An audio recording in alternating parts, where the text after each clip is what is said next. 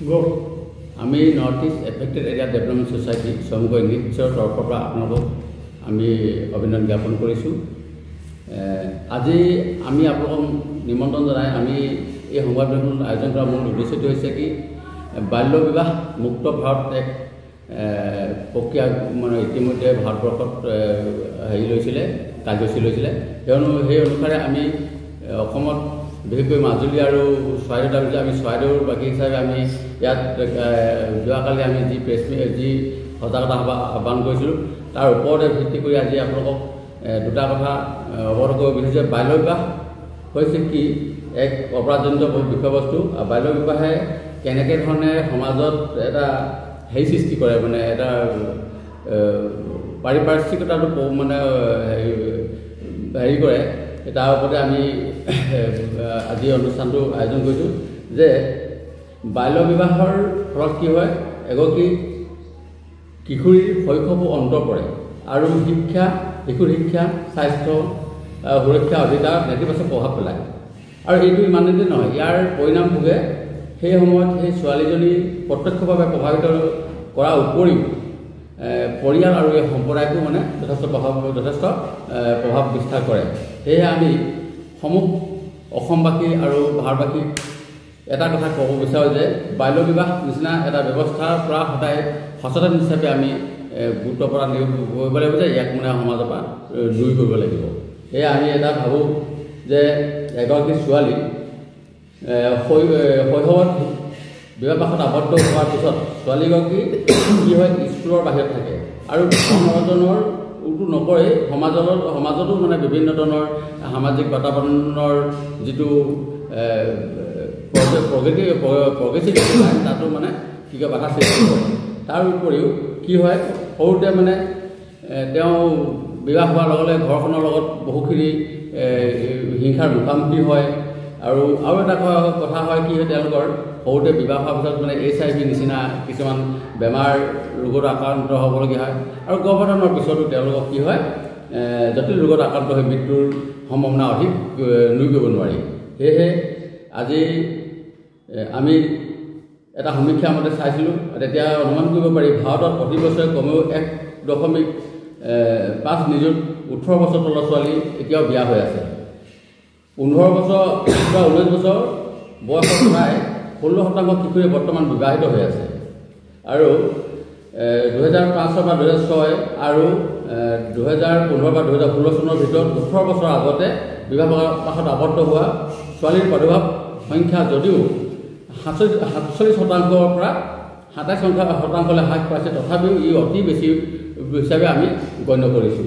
সেয়েহে বাল্য বিবাহ হ্ৰাস কৰাৰ ক্ষেত্ৰত অগ্ৰগতি হোৱাৰ পথাৰ প্ৰাদুৰ্ভাৱ বিশ্বব্যাপী হোৱাত যথেষ্ট পৰিমাণে অৰিহণা যোগাইছে। মাতৃসকলৰ সাক্ষৰতা বৃদ্ধি, ছোৱালীবোৰৰ বাবে শিক্ষাৰ উন্নত প্ৰৱেশাধিকাৰ, শক্তিশালী আইন প্ৰণয়ন, গ্ৰাম্য অঞ্চলৰ পৰা নগৰ অঞ্চললৈ প্ৰৱৰ্তনৰ দৰে একাধিক কাৰকৰ ফলত এই হ্ৰাস কৰিব পৰা যাব। ছোৱালীৰ শিক্ষা হাৰ বৃদ্ধি, কিশোৰীৰ ক্ষেত্ৰত সক্ৰিয় চৰকাৰী বিনিয়োগ, বাল্য বিবাহ অবৈধতা আৰু ইয়াৰ ফলত হোৱা ক্ষতিৰ ওপৰত শক্তিশালী ৰাজহুৱা বাৰ্তাও এই পৰিৱৰ্তনৰ কাৰকসমূহৰ ভিতৰত অন্যতম।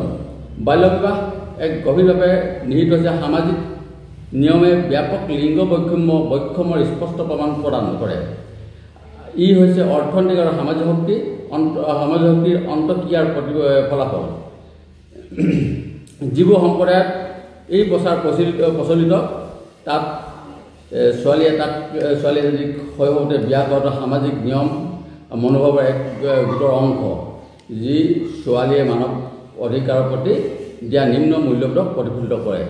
এনেকুৱা ধৰণৰ বহুকেইটা বিষয় আছে। তাৰ ভিতৰত ইয়াৰ বাল্য বিবাহ কিছুমান নেতিবাচক মানে সমাজৰ অৰ্থনীতি নেতিবাচকো প্ৰভাৱ পেলায়, দৰিদ্ৰতাৰ এক আন্তঃপ্ৰজন্মৰ চক্ৰ সৃষ্টি কৰিব পাৰে।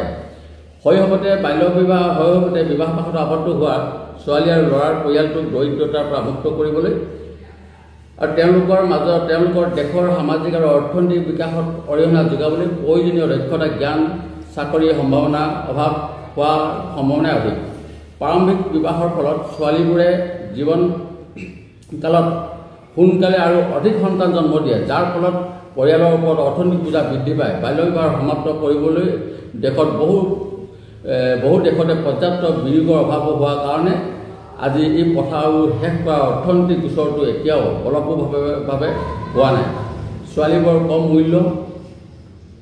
কম মূল্য দিয়াৰ নিয়মৰ ফলস্বৰূপে ল'ৰাৰ তুলনাত ছোৱালীবোৰে বিয়া কৰাৰ বাহিৰে আন কোনো বিকল্পৰ ভূমিকা নাই বুলি অনুভৱ কৰা হয় আৰু তেওঁলোকৰ পৰা আশা কৰা হয় যে তেওঁলোকে ঘৰুৱা কামত সহায় কৰিব আৰু তেওঁলোকৰ বিবাহৰ প্ৰস্তুতিৰ বাবে ঘৰুৱা দায়িত্বসমূহ গ্ৰহণ কৰিব। গতিকে প্ৰমাণসমূহে দেখুৱাইছে যে কিশোৰী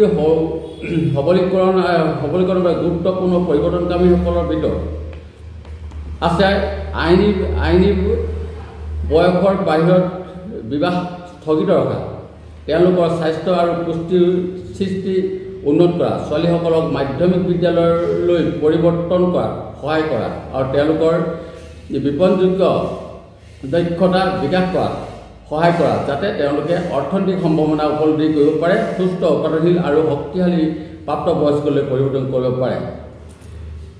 এই ক্ষেত্ৰত আমি বহুবাৰ দেখিছোঁ যে বাল্য বিবাহ সমাপ্ত